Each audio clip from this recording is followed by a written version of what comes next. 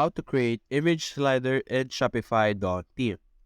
Hi guys, today we're going to talk about this platform called Shopify. And the first thing you're going to do is go to Themes under Online Store over here on the left side. And then you're going to click on Customize on your Dawn theme. Now over here, we are redirected to the Shopify editing page. And we can see over here on the left side, we have three different sections, such as header, template, and footer. We're simply going to select a place where we want to put in our image slider. And I'm going to choose the template.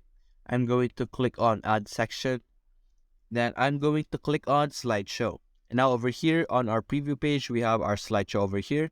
We're simply going to click this to edit this. And over here, we would be able to edit the layout, edit the slide height, edit the style, have it auto-rotate slides. We could change slide every 5 seconds, and also this options over here. And that's it, guys. That's how you can add an image slider in your Shopify Dawn theme. Hope you enjoyed the video. Thanks for watching.